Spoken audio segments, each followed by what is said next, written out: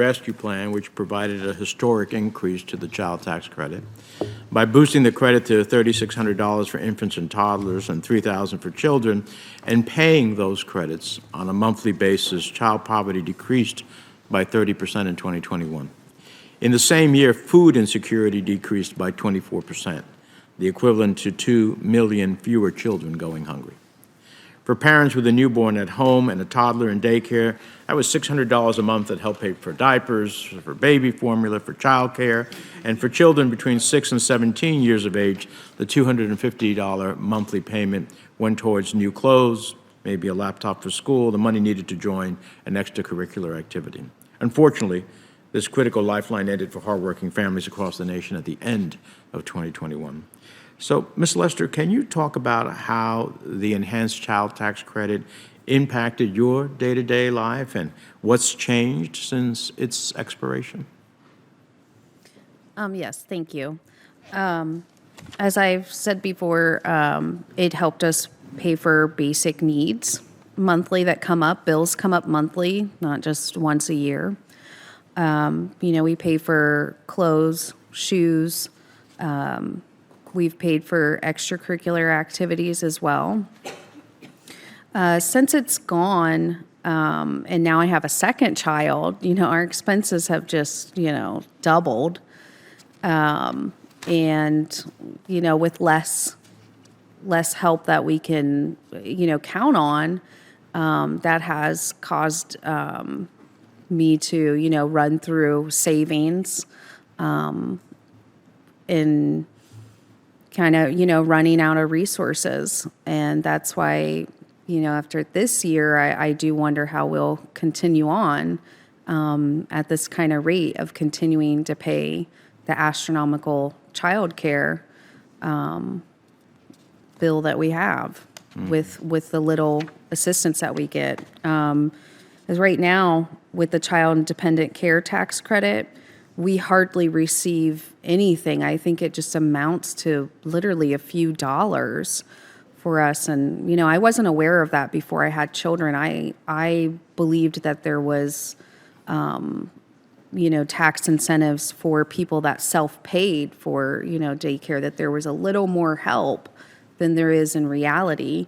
And the expanded one from 2021, we qualified for. And that particular year when we filed for it, I believe that was the only refund we had received was from that credit, or, we would have received nothing or would have possibly owed. Thank you. Thank you. Well, let's stay on childcare for a moment. And childcare is about being able to be free to go to work. We talk about the ability to work. Childcare is a big part of that, as well as formation of the child. The child independent care tax credit is, I think, critical in making childcare more accessible for working and middle-class families. The American Rescue Plan took the long overdue step in boosting the credit from $3,000 to $8,000, but that was only temporary.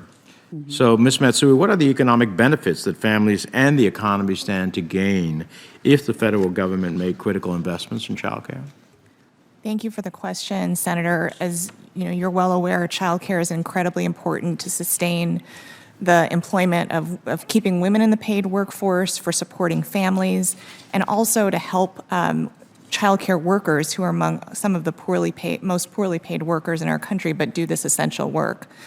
The way that the American Rescue Plan Act expanded the child independent care tax credit, primarily by making it refundable, made that credit available to low and moderate income families, because under current law, families who don't have sufficient tax liability can't get any benefit from it at all. It's only a non-refundable credit that wipes away tax liability, and so only a very small fraction of its benefits go to low and moderate income families. So especially, and as you noted, the size of the credit doesn't come close to matching the costs of childcare that families are experiencing every month.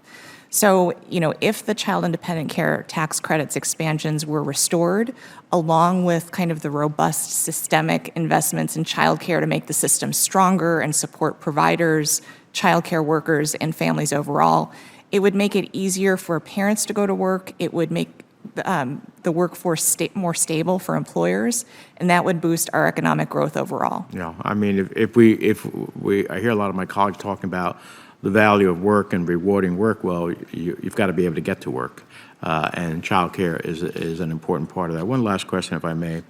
You know, the Tax Cuts and Jobs Act of 2017 added nearly $2 trillion to the annual deficit over 10 years.